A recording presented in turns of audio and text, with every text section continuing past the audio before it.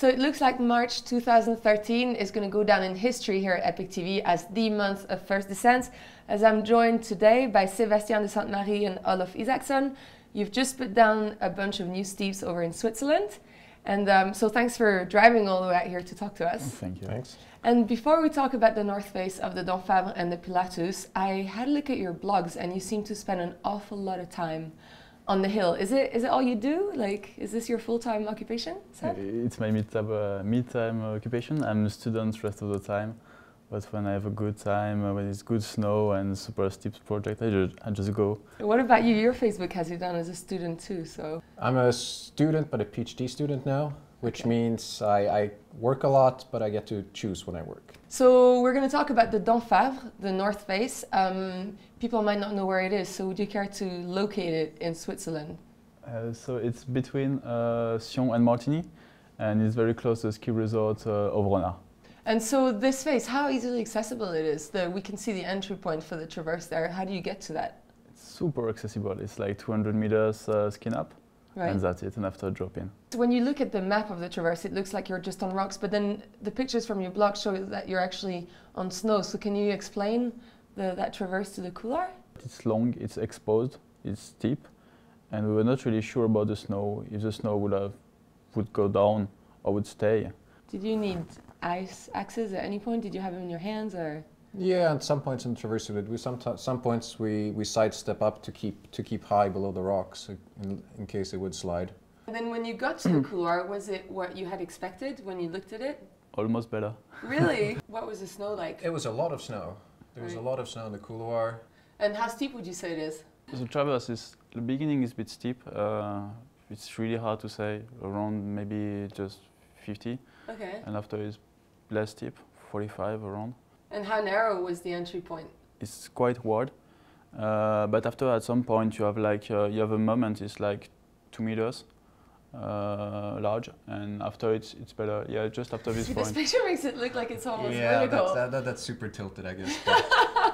The narrowest part, I guess, it was just wide enough to make turns on it, like jump turns. Well, that was the Dent Favre. Olov, you also picked your own line after that on the Pilatus, which is around the Four Canton Lake. Tell us how you came up with that. My mom was visiting me in Switzerland in November, I think, and we were sitting down at the lake having a coffee and saw this line that, you know, maybe it could be skied. I couldn't see all of it, and I figured, okay, let's go up and check it this winter. And I didn't have a chance to look at it again. But I printed out this picture from the internet, and Seb came one morning and we just went up and it was complete whiteout. I was kind of hesitant to even go up and have a look, but we did. And we were kind of walking towards the couloir or towards the face, and we had no clue where we were. We were kind of just walking up and we were saying like, okay, let's go down, and then like, okay, let's just go a little bit more. And then obviously the guys who take care of the restaurant didn't know that there were two nutcases like you below, and you had a little bit of an incident when you reached the top, right? You know, we had no wind, no spin drift the whole day, and we got there, and I got hit by some really serious spin drift, but not like the powdery snow spin drift. It was like big, like chunks of snow, but like heavy stuff. And I was screaming to Seb, and he like walked out to the side. I think you're a bit more sheltered. My jacket got filled just going away. My jacket got filled with snow, and I was kind of like, okay, I hope this is going to stop soon. It did, and there was this dude with a snowblower on the terrace up there.